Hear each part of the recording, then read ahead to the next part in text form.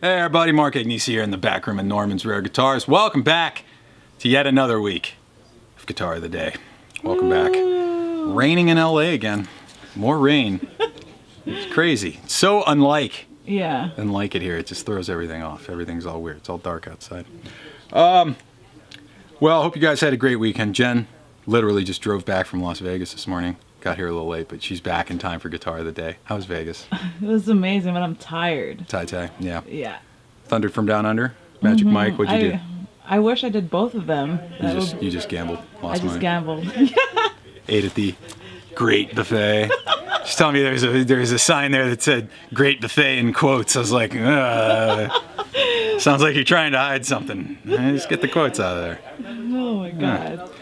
Let's see, the Les Paul Deluxe from Straturday, that's gone. And also the Black L5S from last Weird Ass Wednesday. That one's also gone too. Yeah, stuff's selling, man. It's another new week here. We do have to talk really quick. Yesterday we got really sad news on the passing of Noki Edwards from the Ventures. A lot of you kids out there probably have no idea who that is. Most people my age probably have no idea who that is. But ask your parents. They grew up in the 1960s. He was probably one of the guys that they first ever heard play electric guitar in the Ventures. And just killer stuff. Most of the kids that learned back then, like Walk Don't Run, stuff like that, that was the smoke on the water of the day, man. That was like the first song you learned on guitar. Noki Edwards still was up doing it. He was a great ambassador for the instrument, and he's going to be missed. I'm sure people are going to be wondering if I'm doing a Noki thing today. I already had today's planned when I finally got news of what's going on. Thinking there might be a little Weird Ass Wednesday action tomorrow in Noki's memory. So don't get your panties in a bunch yet. We'll do a Noki Edwards thing, but it's probably going to be tomorrow. Which brings us to today. It's Telly Tuesday. Woo! Yeah, we don't have any Telly still. Telly drought still in full effect. Although it's raining, it's still a drought of Telecasters. I got something cool. You're going to like it. Don't worry about it. Come on back. This is from 1978. This is an original Gibson Les Paul Custom. That's an SG Custom. Oh. I'm full of shit. Yeah. SG Custom, original sunburst finish. 3 humbucking pickups, ebony fingerboard. Wow, it's gorgeous though. Kind of cool to see this in sunburst. You see so many in cherry, and you see so many of the customs are all kind of white. Kind of unique in the brown sunburst finish there. So, this guitar, like I said, from 1978, they did... The reason I said Les Paul is because the earliest ones were Les Paul SG Customs up and through 63, I think, is when Les Paul finally took his name off the guitar. And it just became named the SG, or Solid Guitar. Makes sense, right? You know? These guys weren't geniuses, they just made guitars. SG, Solid Guitar. So this is the top of the line model, though, for the SG, which on the Customs is going to feature a few things, kind of like the Les Paul Customs from that era as well. 3 humbucking pickups in a row. From this era, we get rid of the wiggle stick, and we finally have factory stop tail pieces on these. The harmonica bridge, kind of like we saw in that L5S last week. The other major thing is going to be the ebony board with the big mother of pearl block inlays, and of course the mother of pearl diamond on the headstock as well as the gold parts. That kind of wraps up your whole feature set for the Customs. Usually on the Les Pauls and stuff you have that big multiply binding, but the SGs are an unbound guitar. So just the binding on the neck.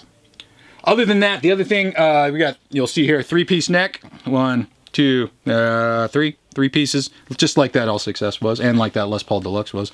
Big old volute. That big hump that we were talking about last week at the back of the headstock there, as well as the, this one actually does not have a Made in USA stamp. So, I was just about to tell you about that, and this one doesn't have one. Obviously, they did them both ways in the 70s. This also still has the narrower 1 9/16 nut width, and it is still fretless Wonder frets. Get in there real close. Fretless Wonder frets are super small, super low. They never had that big kind of crown on them like the big frets are. They're not going to be the big dig in and string bend, although they are in pretty great shape for fretless Wonder frets, so you still have a little bit of action there. But that is how Les liked them. He liked the fretless Wonder frets. Really great for playing fast single note stuff. Not incredible for string bending, but this one actually you can do it. Still have the witch hat knobs, and of course it's just a big solid mahogany body. Back to the small guards at this era. It's a nice guitar. A little bit of play wear, on the side of the fretboard. You know, thing did get used, but it's in pretty good shape overall, man. Just enough vibe. A little bit of tarnish on the gold parts. Why don't we go out to the couch? We'll get our week started. The only other thing, I'm sorry, before I go, we gotta talk about the pickups, which I forgot. People ask always on these 3 pickup guitars. Up here in the rhythm position, we're listening to just this neck pickup. Middle position, we're now listening to the neck and middle pickup out of phase with each other. So it gives you that real kind of quacky, single coilish almost sound. That is the only time that that middle pickup is in the mix. And then when we come down here, we are just listening to the neck pickup. So there is no volume, there's still just volumes for the neck and bridge, tones for the neck and bridge. The middle pickup is, like I said, only on in the middle, and it's only on out of phase with the neck pickup. You will definitely hear that when we plug it in. Why don't we go out front, plug this thing in, see what kind of SG custom-y sounds come out of this guy. Let's go do it. All right, we're out front. We have the 1978 Gibson SG Custom Original Sunburst Finish, 3 gold humbucking pickups, ebony board. We are going through a 65 Deluxe Reverb reissue today. All EQs at noon. It's a little bit of reverb. We're also just gonna throw a full tone OCD in front of it for this couple tunes here, just to get it hairy. Right now we're listening to just neck pickup on its own. Let's see what we got down here.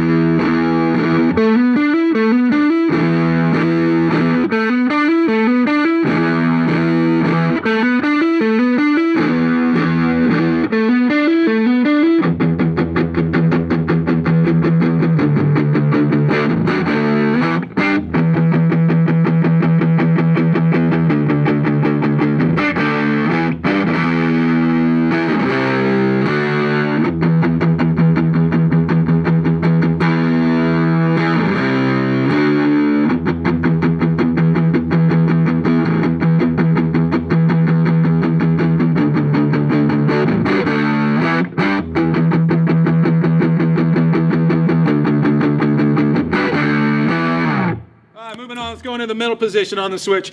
Now we are listening to the neck pickup and the middle pickup together, and again, they're out of phase. They're gonna give us that kind of quacky single coil pickup sound. Turn off the OCD just straight to the Deluxe Reverb.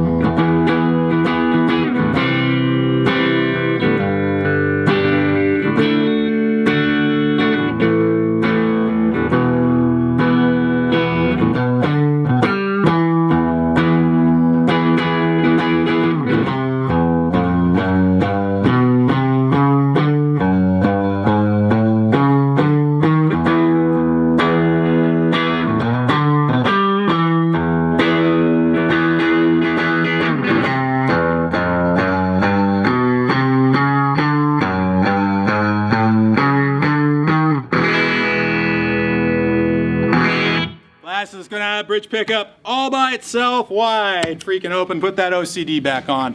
See how this thing can rock here.